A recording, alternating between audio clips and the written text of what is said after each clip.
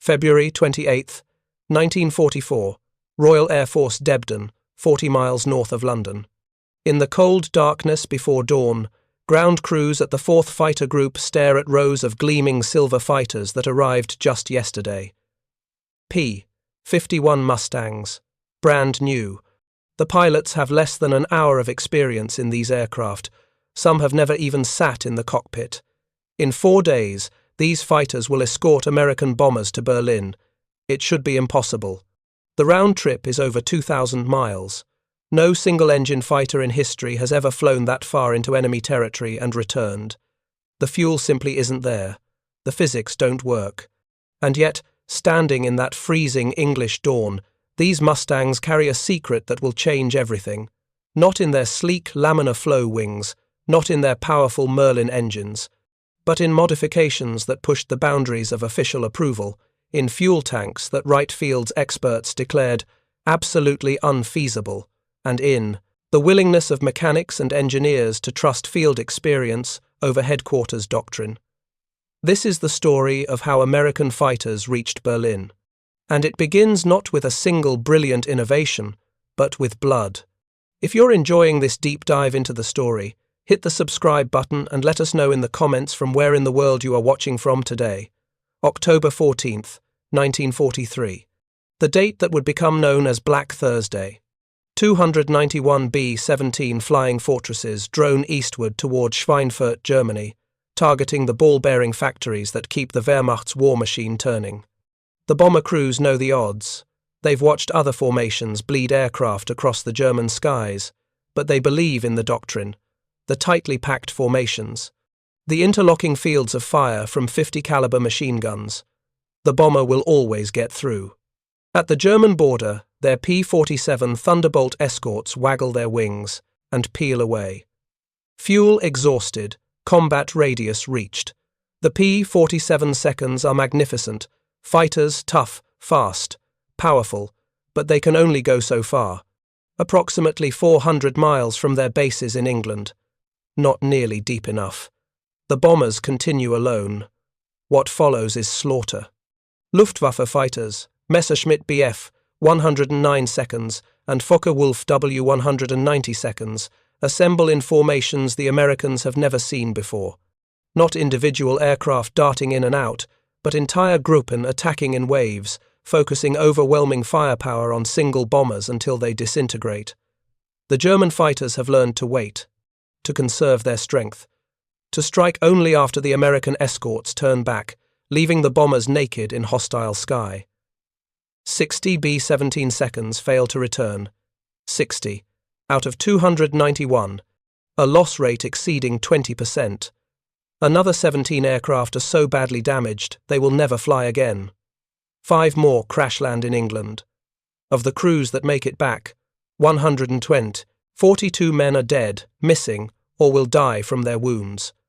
Another gunners and pilots sit in German prisoner of war camps, their war over. The numbers are unsustainable. At this rate, the entire 8th Air Force will be bled white within months. The great promise of daylight precision bombing of hitting German industry where it hurts is collapsing. Not because the bombers can't find their targets, not because the bombs don't work, but because without fighter protection deep into Germany, the bombers are simply targets themselves. In the aftermath of Schweinfurt, a terrible calculus spreads through the 8th Air Force. Bomber crews begin treating their 13th mission 12 and a B. They call it darkly as an omen. They count their odds of completing a 25 mission tour. The mathematics are brutal. With loss rates approaching 10% on unescorted missions, most crews won't make it home. It's not pessimism, it's arithmetic. The problem isn't courage. American bomber crews continue flying. They continue taking losses that would break most military units. What they need is not better tactics or more guns or tighter formations. They need fighters. Fighters that can stay with them all the way to the target. Fighters that can meet the Luftwaffe over Berlin, over Munich, over the heart of the Reich itself. But those fighters don't exist. Not in the fall of 1943.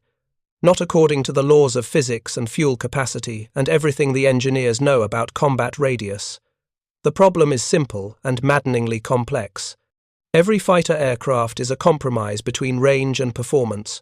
Fuel weighs approximately 6 pounds per gallon. Carry more fuel, and the aircraft becomes heavier, slower, less maneuverable.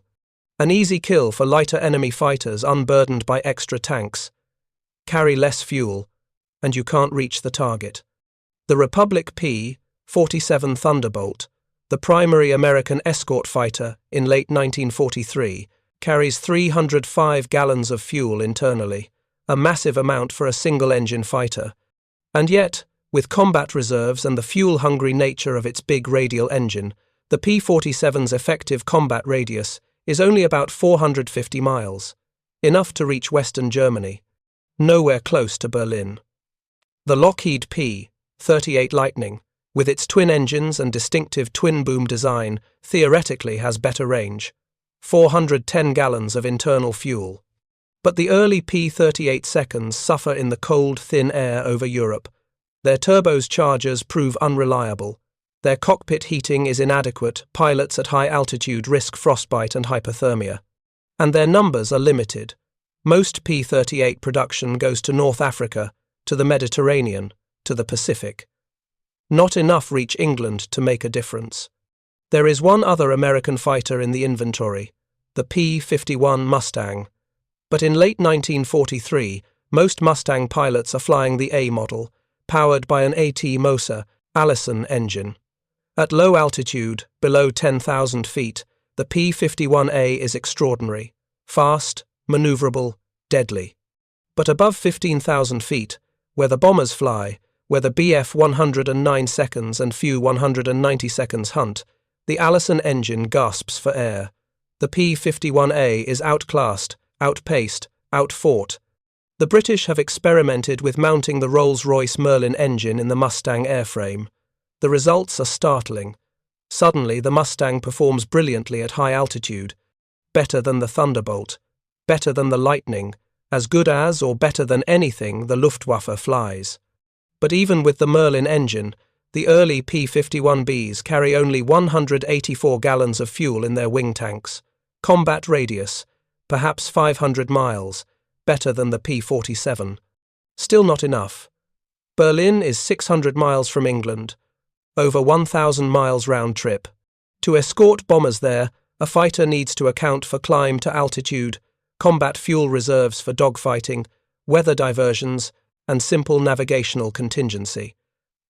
The math demands at least 750 miles of effective combat radius, probably more. In the fall of 1943, no one has solved this problem. Not officially. Not according to the manuals and the specifications and the approved modifications. The answer, when it comes, will arrive not from laboratories or test facilities or engineering committees in California. It will come from England, from mechanics working in freezing hangars, from engineers willing to ignore official doctrine, from commanders desperate enough to try anything that might bring their bombers home alive. The first piece of the puzzle is already in motion by late 1943, though few people understand its significance yet. North American Aviation, the manufacturer of the P-51 Mustang, has added a modification halfway through production of the B model. An 85-gallon fuel tank installed directly behind the pilot's seat in what was previously empty fuselage space. On paper, it's a triumph. 184 gallons in the wings, plus 85 in the fuselage, 269 gallons total. Add external drop tanks, 75 gallons under each wing, and the total fuel load reaches 419 gallons. More than enough fuel for Berlin, more than enough to escort bombers deep into Germany. In practice, the fuselage tank is a nightmare. The 85 gallons of fuel over 500 pounds sits behind the pilot, shifting the aircraft's center of gravity dangerously rearward. When the fuselage tank is full, the P-51 doesn't fly like an airplane. It flies like a dart thrown backward, unstable, twitchy. In anything more than a gentle turn, control forces reverse. The stick goes light, then lighter. Then suddenly the aircraft snaps into a spin. Pilots who try to dogfight with a full fuselage tank die. The official technical order is clear. With the internal fuselage tank filled with 85 gallons of fuel. The airplane is so unstable longitudinally that violent pullouts or tight turns must be executed with caution as stick loads rapidly reverse. Testing at Eglin Field produces more specific guidance. Don't engage in combat with more than 40 gallons remaining in the fuselage tank. Burn it down first. Use it during climb and cruise, when the aircraft is flying straight and level. By the time you reach enemy territory, by the time you might encounter German fighters, that tank should be nearly empty. But 45 gallons represents almost an hour of flight time. An hour that pilots must spend vulnerable, unable to maneuver aggressively, praying they don't encounter enemy fighters while their aircraft handles like a pig. Some pilots refuse to use the fuselage tank at all. Better to accept shorter range than to risk dying in a departure spin before they ever see a German. Others develop techniques, specific procedures. Fuel management becomes a critical skill. On takeoff, draw from the fuselage tank. Climb to altitude on the fuselage tank. Cruise toward Germany on the fuselage tank. Watch the gauge obsessively. At some point, different for every mission, depending on the target, the route, the expected fighter opposition, switch to the drop tanks, burn the external fuel. And only then, only when the fuselage tank is down to 40 gallons or less, allow yourself to think about combat. It's a solution, of sorts, but it's terrifying, and it still doesn't quite reach Berlin. The second piece of the puzzle arrives in England in late 1943, carried in the minds and notebooks of men who believe official doctrine is wrong. Colonel Cass Huff and Colonel Bob Schaefer are not mechanics. They're officers, engineers, problem solvers. They're also desperate. They've watched the bomber formations return short aircraft, short crews. They've seen the loss rates. They know that without long-range escort, the daylight bombing campaign will fail. The metal drop tanks work, after a fashion. 75-gallon tanks are available. Even some larger tanks, 150 to 165 gallons. But metal is heavy. Metal is expensive. Metal requires manufacturing capacity that's already strained building fighters and bombers and everything else the war demands. And metal tanks, once dropped, are lost forever. Huff and Schaefer begin experimenting with an alternative. Paper. Not literal paper, but a laminated material, layers of craft paper, impregnated with resin, shaped and cured into a rigid shell. Lightweight. Cheap to manufacture, disposable by design. The concept isn't entirely new. The British have been using hardened paper tanks for some time, but American commanders are skeptical. Paper sounds flimsy, fragile, unsuited to combat. Huff and Schaefer spend months developing the design, testing materials, working with Bowater Lloyds of London to set up production. The tanks they create hold 110 gallons. They're light, barely a third, the weight of comparable metal tanks. They're cheap, a fraction of the cost. And they're plentiful. British manufacturers can produce them by the thousands in facilities that could never handle metal fabrication. When the design is finalized, when production is ready to begin, Huff and Schaefer send samples and specifications to Wright Field in Ohio. Wright Field is the Army Air Force's center for testing and evaluation. If the paper tanks are going to be officially approved for use, Wright Field's blessing is essential. The response, when it arrives, is damning. Paper tanks are absolutely unfeasible and will not do the job for which they are intended. Paper cannot withstand the stress of flight. The tanks will fail structurally. They'll leak, they'll rupture, they're unsafe, unauthorized, absolutely unfeasible. By the time this official rejection reaches England, the 8th Air Force has already used more than 15,000 paper drop tanks, without a single failure. This is where the story becomes interesting, because while Wright Field is writing official memorandums explaining why paper tanks cannot work, mechanics at bases across England are installing them on P-51 seconds and P-47 seconds and P-38 seconds. Pilots are flying with them. Ground crews are loading them with aviation fuel, pressurizing them, watching them perform exactly as designed. The paper tanks aren't illegal, exactly. But they're not officially approved either. They exist in a grey zone of military necessity, where field commanders make decisions based on what works rather than what headquarters permits. The bomber crews are dying, the fighters need more range, the paper tanks provide that range, therefore the paper tanks will be used. Wright Field's opinion is noted and filed away and essentially ignored. This is not a story about one rebel mechanic making an unauthorized modification in a midnight hangar. The truth is more complex and more interesting. It's a story about institutional inertia versus field necessity, about engineers in safe offices versus commanders watching their men die, about the gap between official doctrine and combat reality. By early 1944, the pieces are falling into place.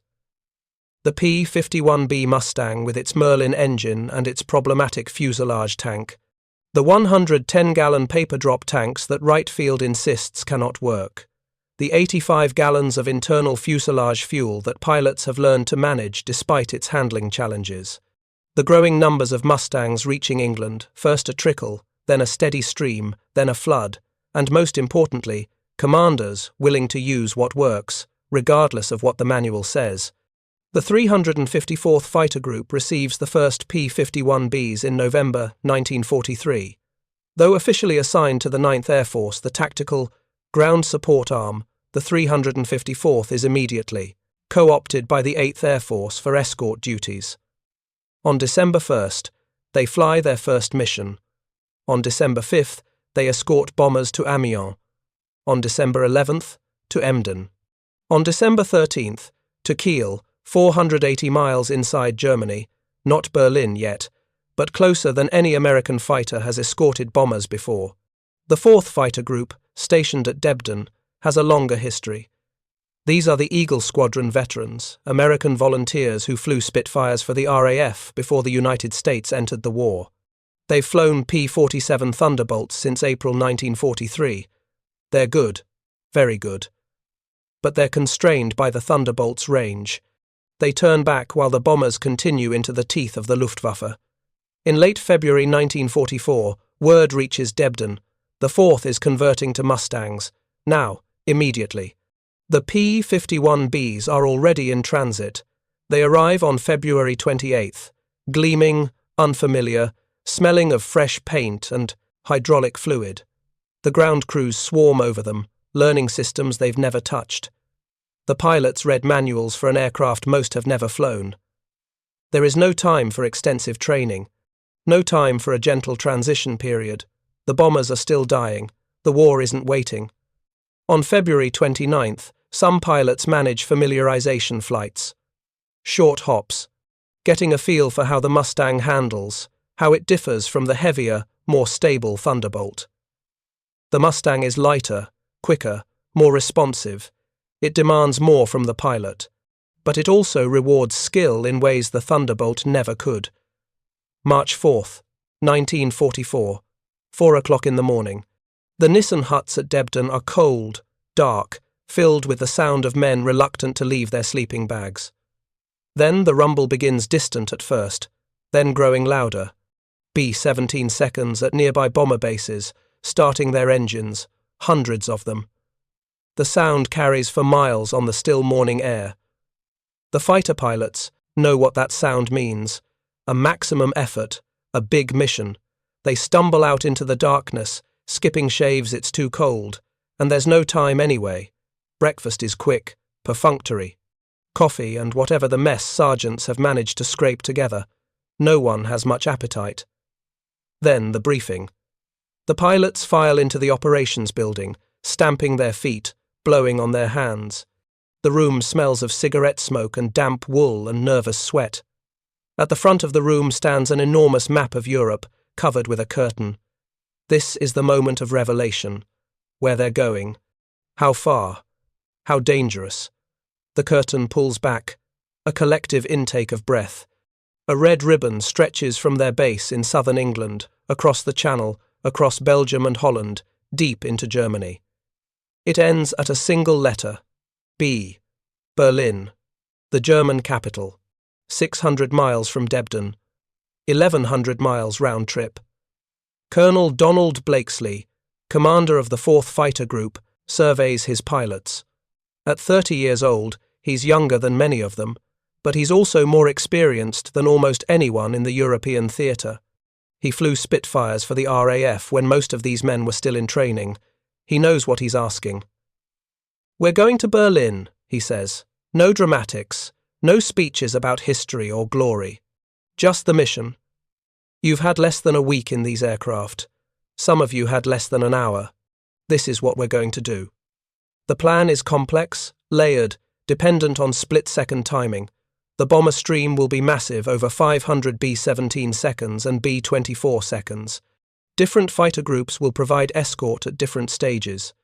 P-47 Thunderbolts will accompany the bombers as far as their fuel allows, then peel away. P-38 Lightnings will take over for a portion of the route. And the P-51 seconds, the 4th Fighter Group, and elements of the 354th from the 9th Air Force will go all the way. The Mustangs will rendezvous with the bombers deep inside hostile territory after the P-47 seconds have turned back. They'll escort through the flak belt around Berlin. They'll engage any Luftwaffe fighters that attempt to intercept. They'll stay with the bombers until additional P-47 and P-38 groups arrive to cover the withdrawal. Then, and only then, they'll return to England. 7 hours of flying, maybe more. At high altitude, where the temperature drops to 40 below zero, where oxygen is precious and a malfunction means unconsciousness within seconds, where every system on the aircraft is stressed to its limits. The pilots study their fuel calculations obsessively. The numbers are tight, brutally tight.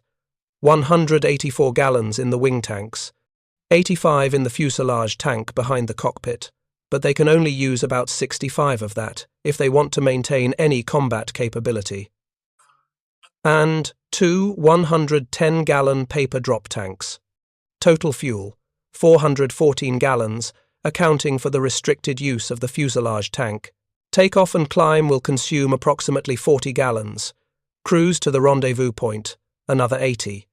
That leaves them with nearly 300 gallons for the escort portion of the mission, combat, and the return flight. The math works, barely, but only if everything goes according to plan. Only if the winds are favourable. Only if they don't have to dodge through weather. Only if combat doesn't force them to use emergency power settings that gulp fuel at rates 3 times normal. Only if they don't get lost or separated or forced to fly extended patterns waiting for damaged bombers to catch up. There are 1,000 ways this mission could go wrong. And if it does, if the fuel runs short over Germany, there are no friendly airfields, no place to land, no rescue, just a long glide down into enemy territory, followed by imprisonment or death. One pilot asks the obvious question, what if we run into enemy fighters before we reach the bombers? Blakesley's answer is characteristically direct. Avoid combat, if possible. Your job is to protect the bombers. But if you're attacked, drop your external tanks and fight. Just understand if you drop your tanks early, you might not have enough fuel to make it home. The choice, implicit in those words, is stark. Die fighting, or die from fuel exhaustion, or successfully complete a mission that no one has ever accomplished before. One more thing, Blakesley adds. These paper tanks, Wright Field says they won't work. We've been using them for months. They work fine, but some of you have never flown with them. They're light, they're disposable. When you drop them, they'll fall away clean. Don't worry about them. It's a small detail, a tiny moment of reassurance, but it encapsulates everything about this mission. Official doctrine says paper tanks are unfeasible. Field experience says they're essential. The pilots will trust experience. They have no choice. Dawn comes slowly on March 4th. Grey light, creeping across the English countryside. At Debden and at bases across East Anglia, ground crews make final preparations. Armourers load ammunition belts, 4 50-caliber machine guns in the P-51B, 300 rounds per gun. Not as much as the Thunderbolt carries, but enough. Fuel trucks top off tanks, internal fuel first, then the precious drop tanks. The paper tanks are light in the hands of the ground crews. They seem impossibly fragile for the work they're about to do. And yet, they hold fuel without leaking. They withstand the wind loads of high-speed flight. They've done so thousands of times already. At 0700 hours, engines begin coughing to life across Debden. The Packard Merlin engines, license-built copies of the British design, settle into a distinctive rumble. Higher pitched than the radial engines of the P-47, more refined. 12 cylinders in a V configuration, producing 1400 horsepower, spinning a propeller that can pull the sleek airframe through the sky at speeds approaching 450 miles per hour. The pilots go through their checklists. Instruments. Controls. Fuel selector valve a critical item this morning. Wing tanks selected for taxi and takeoff. The fuselage tank will be used only after reaching altitude. Takeoff is staggered, carefully timed. Aircraft lift off from Debden's runway in pairs, climbing into the overcast. Assembly is chaotic, dozens of fighters circling, finding their squadrons, forming up into flights of 4. The 334th Squadron. The 335th. The 336th. Each with its designated position, its role in the escort pattern. By 0800 hours, the 4th Fighter Group is en route. 48 P-51 Mustangs, flying east toward a rendezvous they've never attempted before. The flight across the Channel is routine. England disappears behind them, the grey waters below. Then the Dutch coast, clearly visible even from 25,000 feet. They're in hostile territory now. Every minute deeper into Germany. The risk increases. The pilots monitor their fuel gauges. Fuselage tank level dropping as planned. 50 gallons remaining. 40. 35. Right on schedule. Soon they'll switch to the drop tanks. The external fuel will carry them to Berlin and partway back. Only then will they need to draw on the wing tanks, the reserve fuel that must last them all the way home. Radio chatter is minimal. Strict radio discipline. The Luftwaffe listens. German radar tracks their progress. Somewhere below, air raid sirens are wailing. Fighter squadrons are scrambling. The defense of Berlin is being organized. Then, ahead and slightly below, the bomber stream appears. B-17 flying fortresses, arranged in stacked formations called combat boxes. Each box contains perhaps 18 bombers, flying in tight formation so their combined defensive fire can cover all approaches. Multiple boxes form a group, multiple groups form a wing. The entire stream stretches for miles, hundreds of aircraft, their contrails painting white lines across the blue-black sky. The sight is both beautiful and terrible. Each bomber carries 10 men, waist gunners, ball turret gunners, bombardiers, navigators, pilots and co-pilots, radio operators. These men have been in the air for hours already, will be in the air for hours more. They're cold, exhausted, scared. They've watched other bombers go down on previous missions. They've seen the fighters swarm. They've seen what happens when the escorts turn back. But today, the escorts aren't turning back. The P-51 seconds slide into position around the bomber stream. High cover, low cover. Flights weaving back and forth, maintaining speed while staying with the slower bombers. It's a complex dance, harder than it looks. The bombers cruise at perhaps 180 miles per hour. The Mustangs stall at less than 100. The fighters must constantly maneuver gentle S-turns, wide sweeps to avoid overtaking their charges. The P-47 seconds that had been escorting earlier waggle their wings in salute and peel away, heading for home. Their tanks are empty. Their part in this mission is done. The P-51 seconds are on their own now. At approximately 10:30 hours, the formations approach Berlin. The city is visible from miles away, not the city itself, but the smoke. Huge columns rising from previous raids. Industrial haze. The dark smudge of a metropolis that has become a primary target for Allied bombing. And then the flak begins. German anti-aircraft batteries ring Berlin hundreds of 88mm guns, firing shells that burst at precise altitudes, filling the sky with shrapnel and concussive blast. The gunners are excellent. They've had years of practice. They know the altitudes the bombers prefer. They know the formations. They put up a barrage that appears almost solid. Black clouds bloom around the bombers. Each puff is lethal shrapnel travelling at thousands of feet per second, capable of shredding aluminum skin, severing control cables, killing crew members. The bombers hold formation through the flak belt. They have no choice. Individual evasive maneuvers would break up the formation, make them more vulnerable to fighters. They must trust their armor, their redundant systems, their luck. The Mustang pilots watch the flak burst and feel their own aircraft shudder in the concussive wake. But fighters are harder targets than bombers, smaller, faster, more maneuverable. The flak isn't aimed at them specifically. Then the call comes over the radio. Bandits! Fighters at 2 o'clock high. The Luftwaffe has arrived. Messerschmitt Bf, 109 seconds, diving from above. A classic bounce using altitude advantage to build speed, then slashing through the bomber formation. These aren't the obsolete fighters of 1940. These are Bf 109 G6 seconds, equipped with heavy cannon, capable of destroying a bomber with a single burst. The German pilots are experienced, aggressive, desperate. Berlin is their capital. They will defend it. The Mustang pilots react instantly. Blakesley's voice cuts through the radio. Drop tanks, engage. All across the escort formation, P-51 pilots reach for the drop tank release. The paper tanks fall away, tumbling toward the earth 6 miles below. Suddenly, the Mustangs are clean, light, maneuverable. The wing tanks still carry fuel enough for combat and the flight home, if they're careful. The sky dissolves into chaos. Fighters swirl in 3 dimensions. Mustangs pursuing Messerschmitts. Focke-Wulf fall 190 seconds, attacking from another angle. Everywhere the flash of tracers, the curved lines of aircraft in tight turns, the smoke trails of damaged planes spiraling downward. But something is different about this battle. Something the Luftwaffe didn't expect. The American fighters aren't turning back. They're not running low on fuel.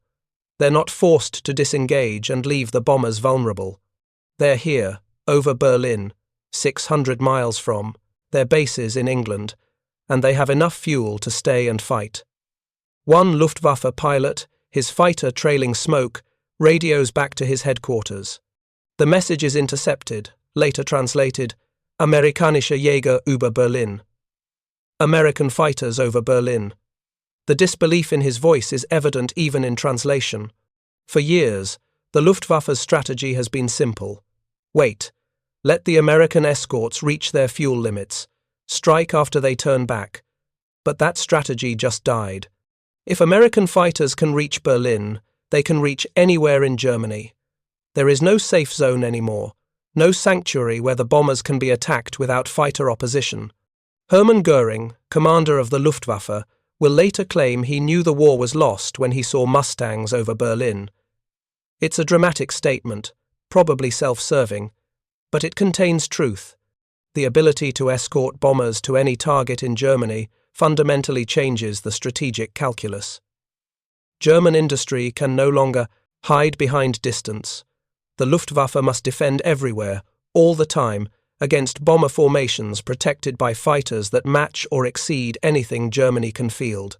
The battle over Berlin lasts perhaps 20 minutes, an eternity for the pilots involved, a blink for the historians who will later chronicle the day. When the Luftwaffe fighters finally disengage, running low on ammunition, damaged, or simply outfought, the bombers continue to their targets. The 4th Fighter Group claims 5 enemy aircraft destroyed. 2 Mustangs are damaged but flyable. None are lost.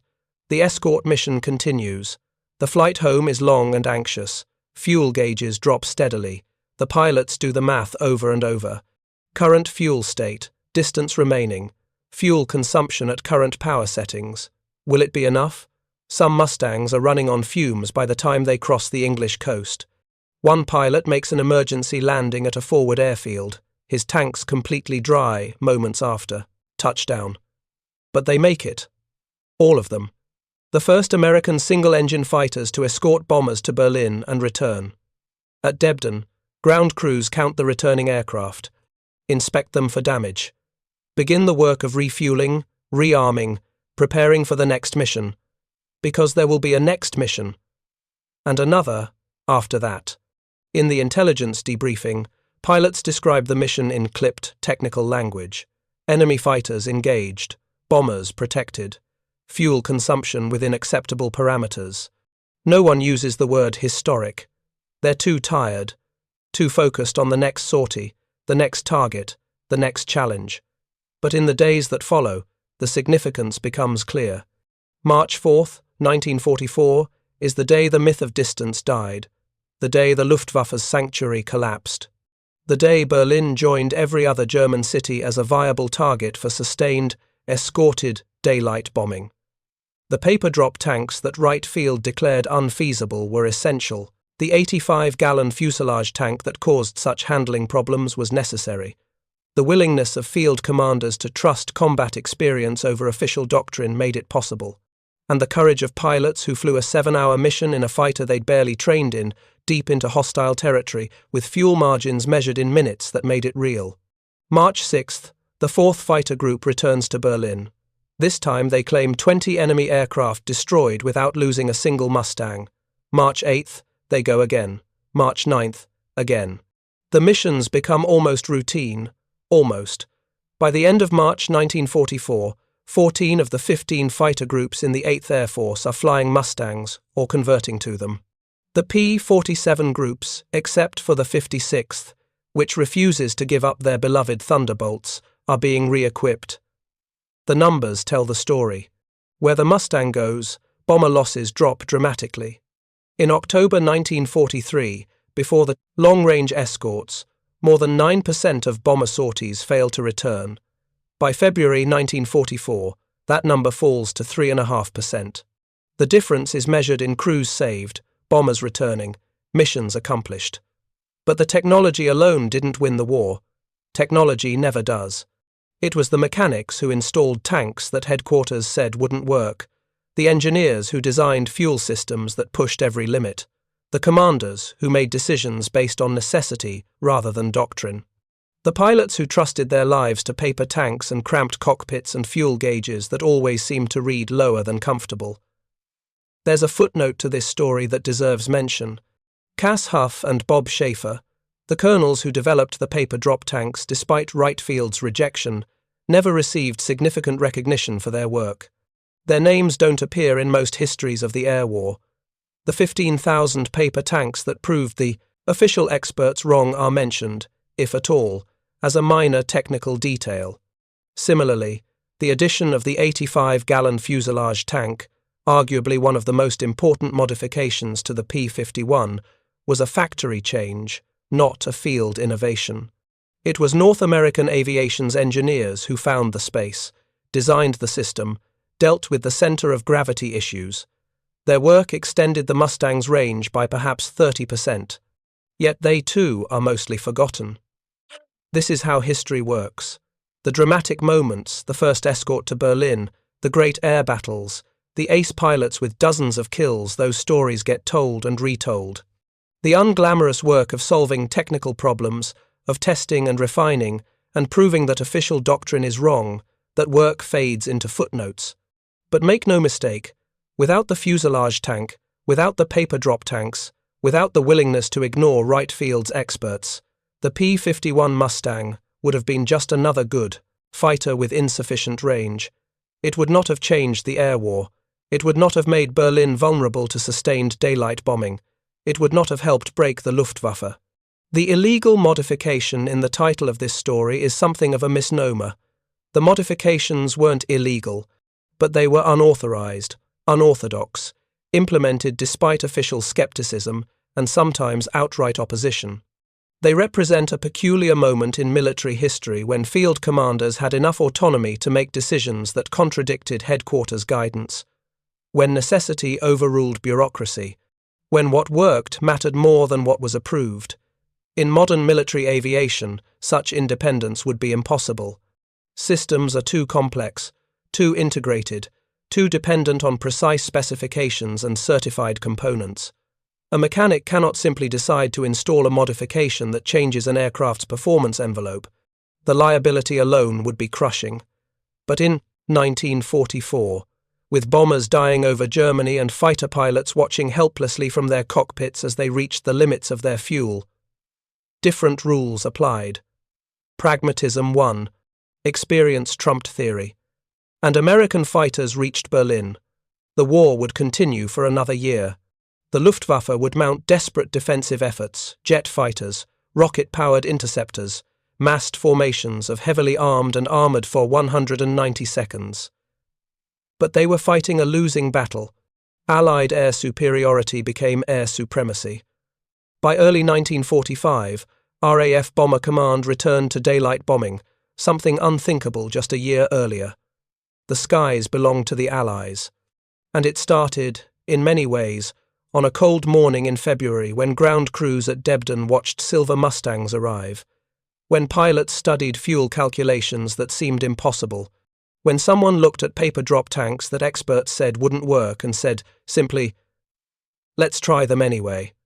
That willingness to trust field experience over official doctrine, to solve problems pragmatically rather than theoretically, to accept that sometimes the best answer comes not from laboratories, but from mechanics in freezing hangars who know what needs to be done and figure out how to do it. That, more than any specific technical innovation, is what made March 4th possible. That's what brought American fighters to Berlin. And that's why the story deserves to be remembered, in all its unglamorous, bureaucracy-defying, problem-solving detail. The success of March 4th reverberates through the 8th Air Force like a shockwave. Not because of the enemy fighters destroyed 5 kills is respectable but not extraordinary. Not because every Mustang returned safely, though that matters enormously to the men who flew them. The significance lies in something far more fundamental. Proof of concept. American single-engine fighters can escort bombers to Berlin. The fuel calculations work. The paper drop tanks perform exactly as field experience suggested they would. The 85-gallon fuselage tank, despite its handling challenges, provides the critical margin that makes the impossible possible. Everything Wright Field said couldn't be done has just been accomplished by pilots with less than a week of experience in their aircraft. But one successful mission doesn't win a war. One mission could be luck, favorable winds, light opposition, a dozen factors aligning perfectly.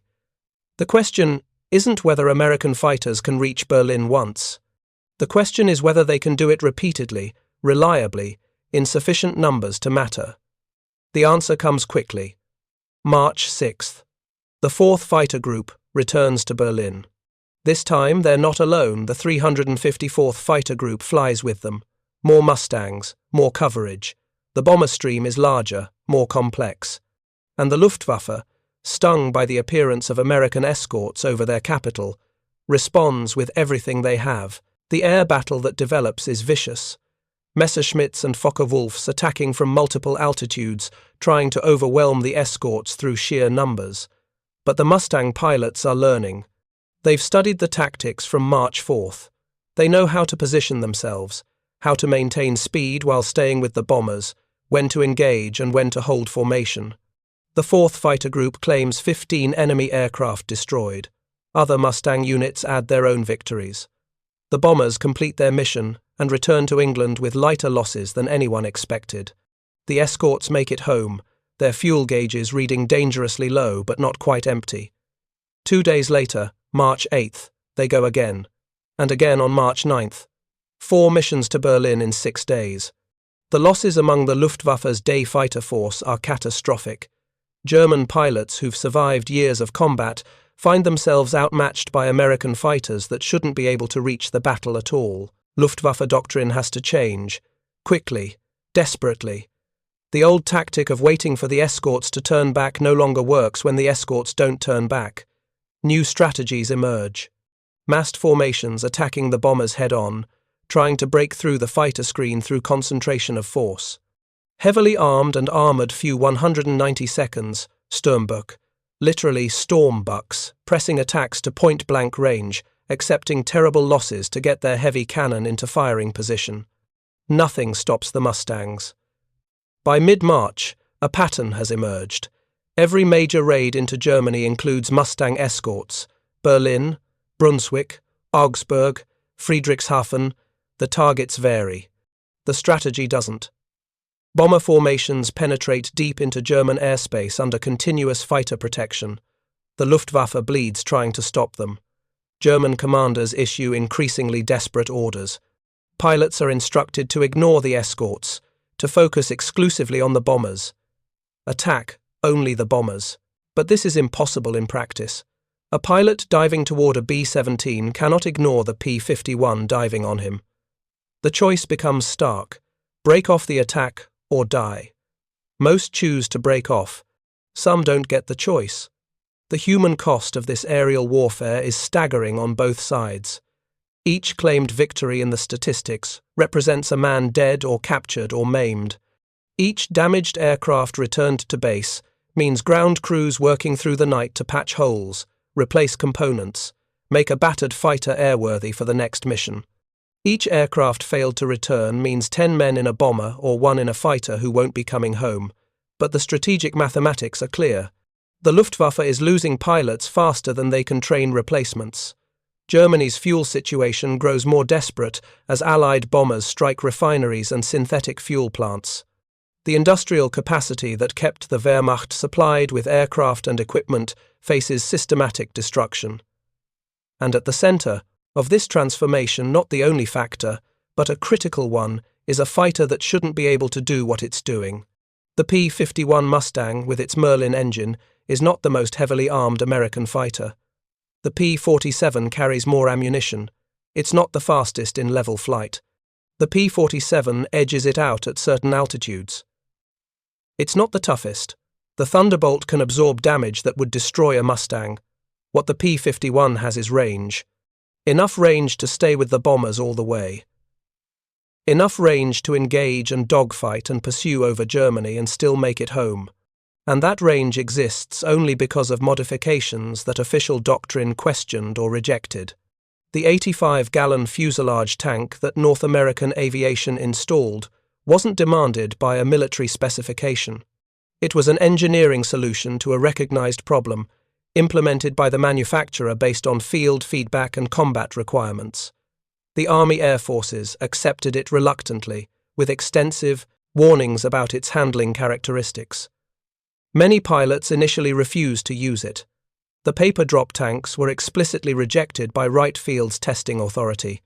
Absolutely unfeasible. Yet by April 1944, the 8th Air Force has used more than 50,000 of them. 50,000 tanks that official doctrine said wouldn't work, all of them performing exactly as field experience predicted. This disconnect between official testing and field reality isn't unique to World War II. It's not unique to aviation, but it's rarely so stark, so well documented, or so consequential. The difference between what Wright Field said would happen and what actually happened over Germany is measured in thousands of bomber crew members who survived missions they otherwise wouldn't have. In Luftwaffe, pilots killed because American escorts appeared where they shouldn't be able to. In German, industrial targets destroyed because the bomber formations could penetrate anywhere with impunity. If you find this story engaging, please take a moment to subscribe and enable notifications. It helps us continue producing in-depth content like this. By April 1944, the transformation of the 8th Air Force's fighter arm is nearly complete. 14 of the 15 fighter groups are flying Mustangs or in the process of converting. Only the 56th Fighter Group stubbornly retains their P-47 Thunderbolts, and even they achieve remarkable results through innovative tactics and aggressive leadership. The numbers tell a stark story. In October 1943, during the dark days before long-range escort, the 8th Air Force loses 9.2% of bombers on deep penetration missions. By March 1944, that number has dropped to 3.5%. By May, it falls below 2%. The decline isn't linear. Bad days still happen, missions where the losses spike, but the trend is unmistakable. More importantly, the targets become unlimited. In 1943, certain German industrial areas were essentially off-limits because the bomber losses made raids unsustainable. By mid-1944, if a target matters if it produces oil or aircraft or ball bearings or anything else essential to the German war effort, it can be bombed. Repeatedly. With escorts all the way. The Luftwaffe's response grows increasingly desperate. They develop new tactics. The company front attack an entire starful of fighters attacking line abreast, maximizing firepower and making it difficult for escorts to engage all attackers simultaneously. Vertical attacks from directly above, diving through the bomber formation faster than the escorts can react. Coordination between fighter units to draw the escorts out of position before launching the main attack. Some of these tactics work, temporarily.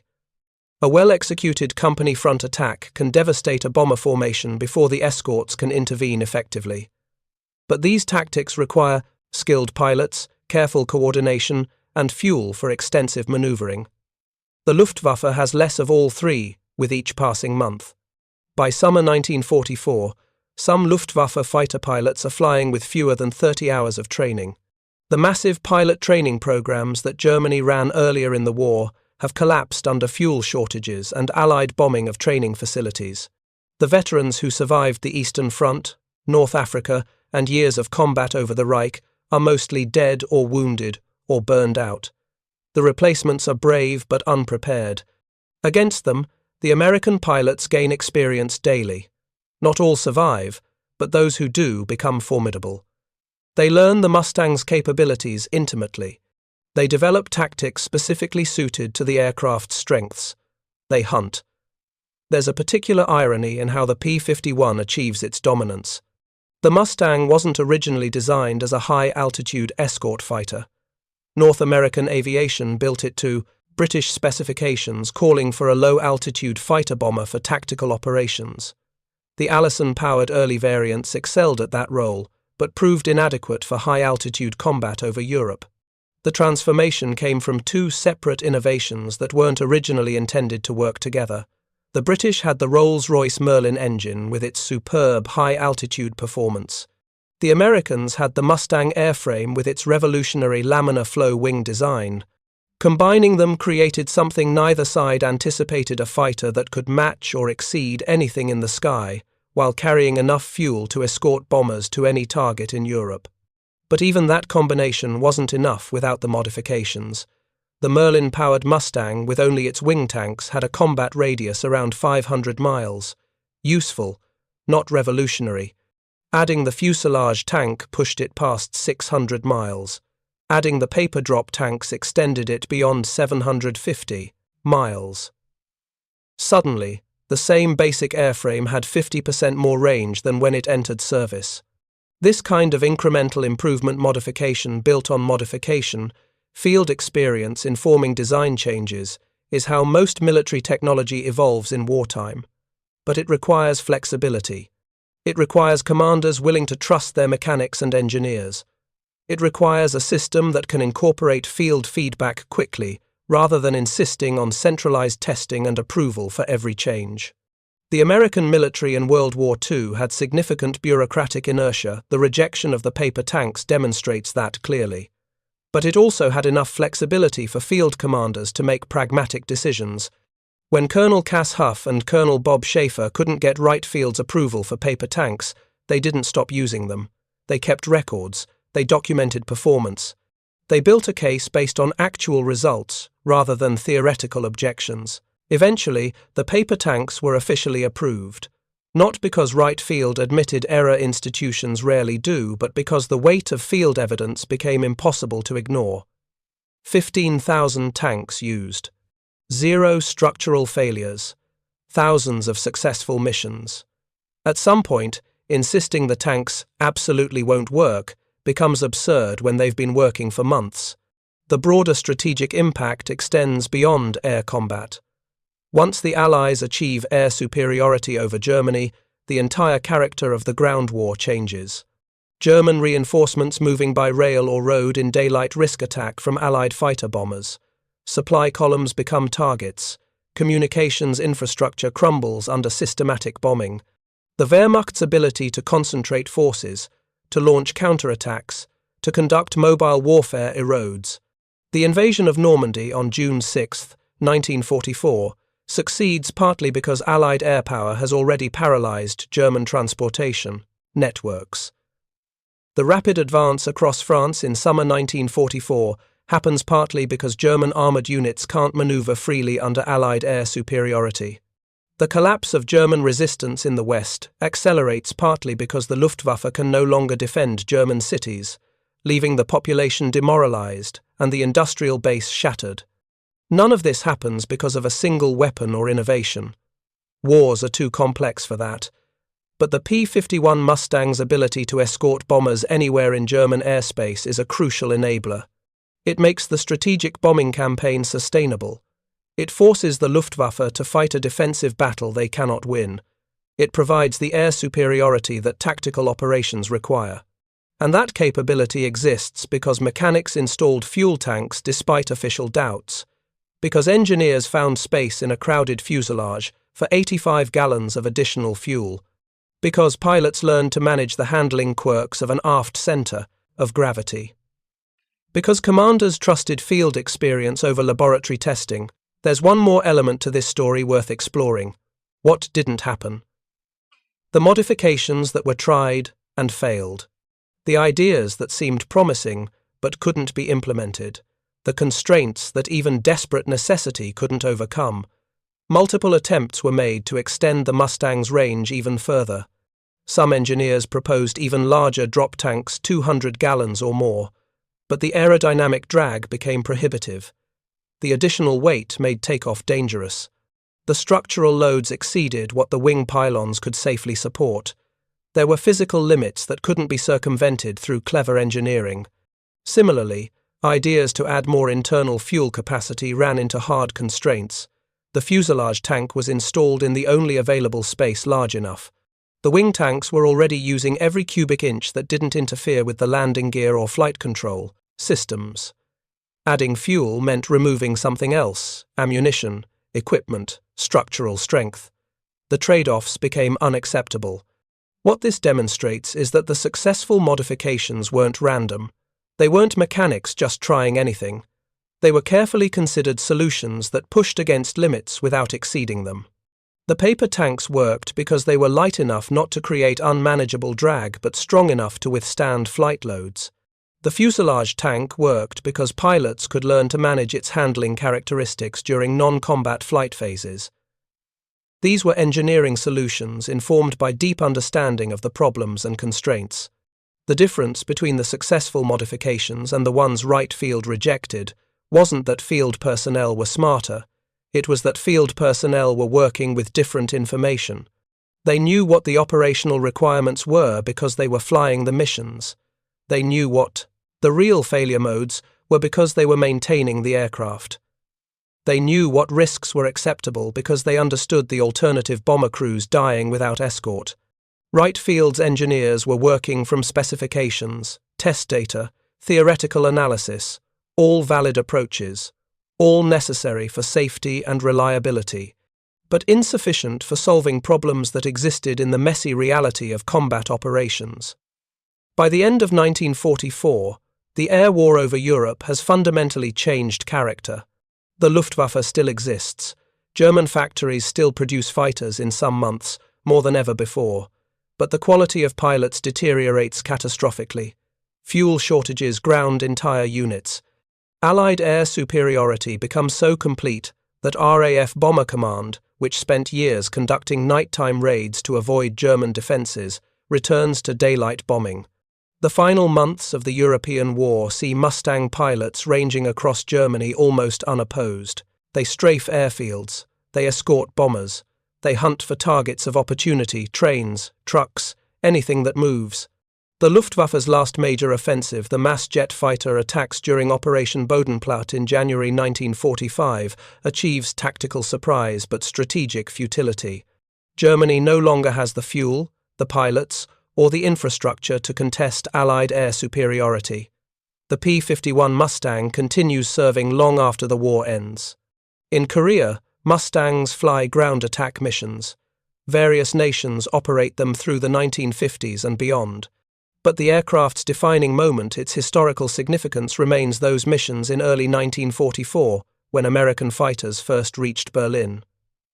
Those missions proved what was possible. They shattered the Luftwaffe's defensive strategy. They opened all of Germany to sustained daylight bombing, and they happened because people on the ground in England looked at official doctrine, looked at what their pilots needed, and chose necessity over procedure. The individuals involved in this story mostly returned to obscurity. Colonel Cass Huff and Colonel Bob Schaefer, the officers who developed and championed the paper drop tanks despite Wright Field's rejection, never became household names. The mechanics who installed fuselage tanks and paper drop tanks and learned through trial and error how to make the modifications work reliably, their names weren't recorded in most histories. Even the pilots who flew the first Berlin escort mission faded from public memory, with a few exceptions. Some became aces, accumulated victory claims, earned medals.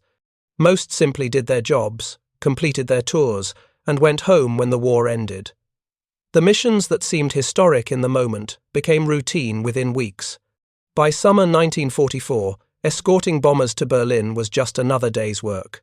This is how history typically unfolds. The dramatic moments, the first successful mission, the crucial battles. The turning points, those get remembered.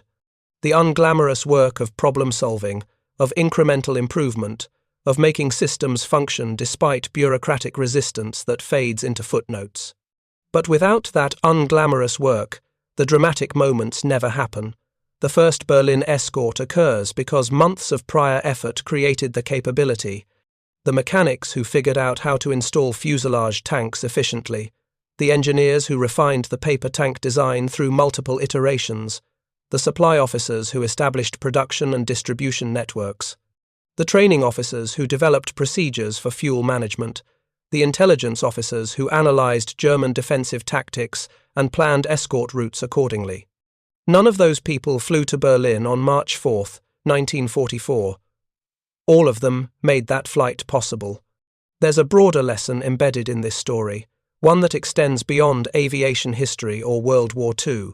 It's about the tension between centralized authority and field expertise, between theoretical analysis and practical experience, between what the manual says should work and what actually works when lives are at stake.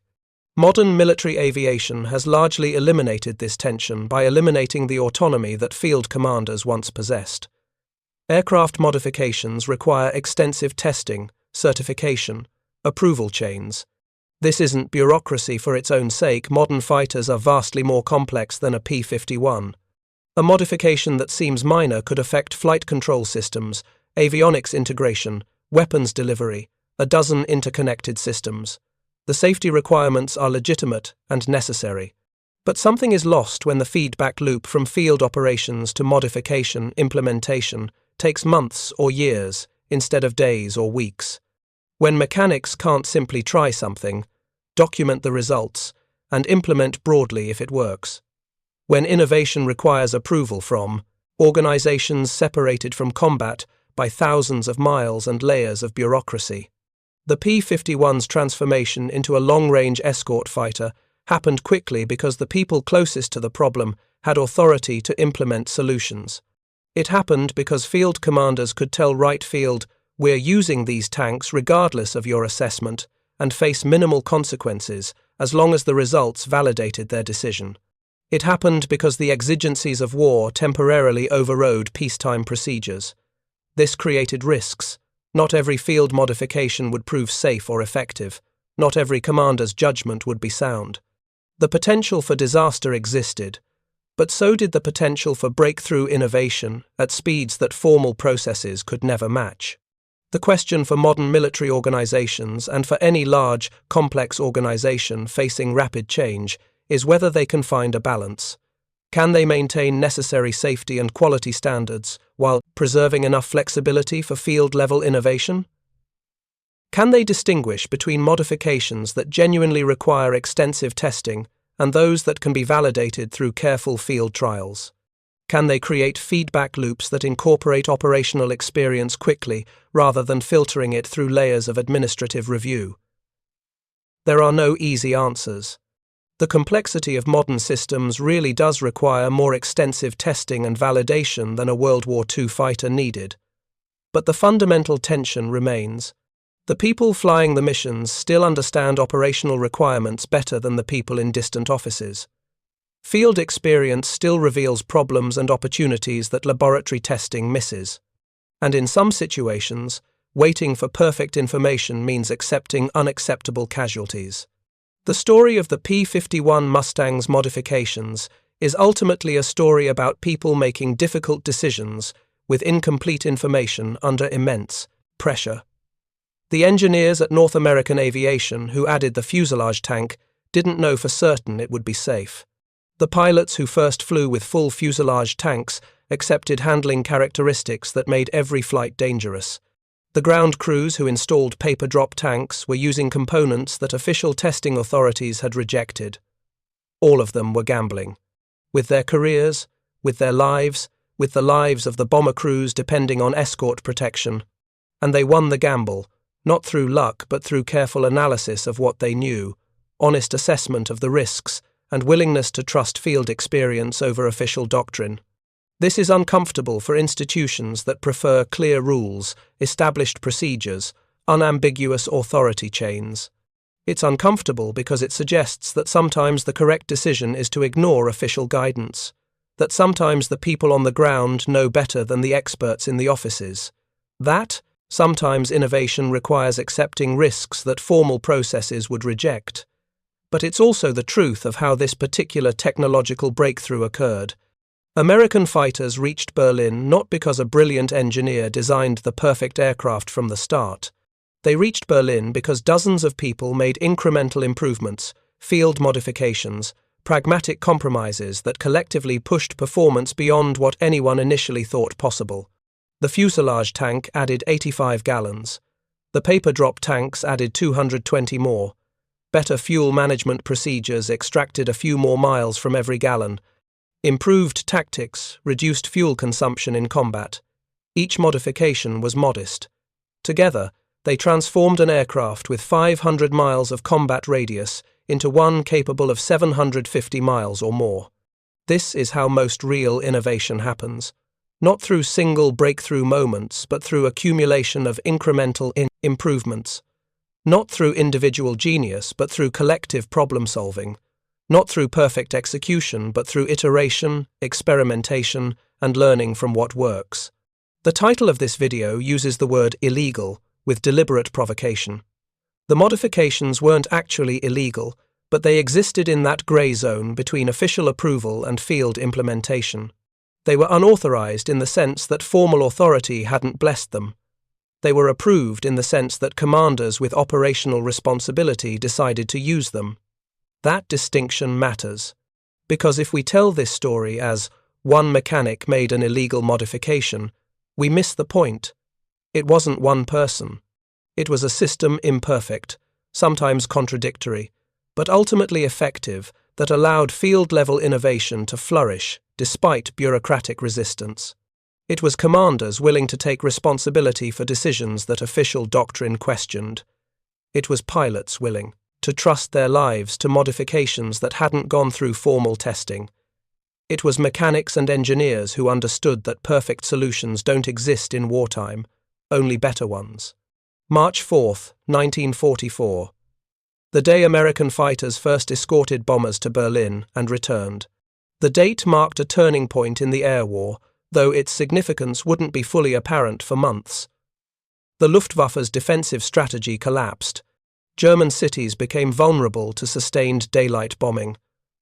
Allied air superiority progressed toward air supremacy, all of it enabled by modifications that official doctrine questioned, by paper tanks that experts said wouldn't work, by fuselage tanks that created handling challenges pilots learned to overcome, by field commanders who trusted experience over theory.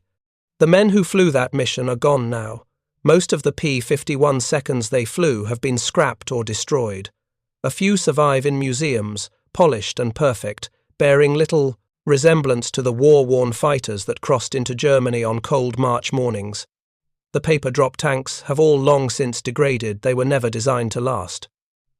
What remains is the story, and the lesson embedded in that story, that sometimes the difference between failure and success isn't better technology or superior resources or perfect planning. Sometimes it's simply the willingness to try something that everyone says won't work, to trust the judgment of people closest to the problem, and to accept that innovation requires accepting uncertainty. The mechanics who installed those paper tanks didn't know for certain they would function safely under combat conditions. They knew the alternative bomber crews dying without escort protection was unacceptable. So they installed the tanks. And they worked. That's the real story of how American fighters reached Berlin. Not through illegal modifications or rogue mechanics, through the messy, pragmatic, sometimes frustrating process of solving problems that official channels couldn't or wouldn't address. Through people making difficult decisions based on incomplete information and accepting responsibility for the outcomes. It's a story worth remembering. Not just for its historical significance, but for what it reveals about innovation, institutional flexibility, and the gap between theory and practice. For what it teaches about the kind of organizational culture that enables breakthrough performance under pressure. And for the reminder that sometimes the most important innovations come not from laboratories or engineering committees, but from cold hangars in England where mechanics looked at a fuel tank made of paper, looked at the calculations that said fighters couldn't reach Berlin, and decided to prove the calculations wrong. They succeeded. The fighters reached Berlin. And the air war over Europe was never the same.